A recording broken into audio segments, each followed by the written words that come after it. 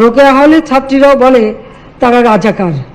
তারা কি জানে ৭১ সালে ঢাকা বিশ্ববিদ্যালয় সহ অন্যান্য বিশ্ববিদ্যালয়ে কোটা বিরোধী আন্দোলনে থাকা শিক্ষার্থীদের উদ্দেশ্যে প্রধানমন্ত্রী শেখ হাসিনা বলেন, তারা ইতিহাস জানে না, তাই রাজাকার স্লোগান দিতে তাদের লজ্জা হয় না। এ সময় ঢাকা বিশ্ববিদ্যালয়ের রোকেয়া হলে ছাত্রীদের কথা উল্লেখ করেন তিনি।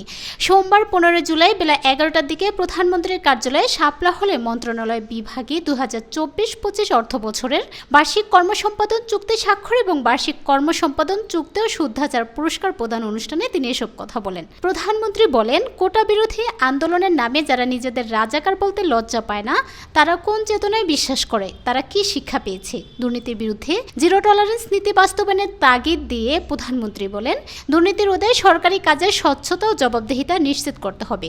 নিজ নিজ কর্মস্থলে জবাবদিহিতা নিশ্চিতের নির্দেশ নিয়ে শেখ হাসিনা বলেন, ওপর থেকে নিচ পর্যন্ত জবাবদিহিতা না থাকলে কাজ সঠিকভাবে শেষ হয় না।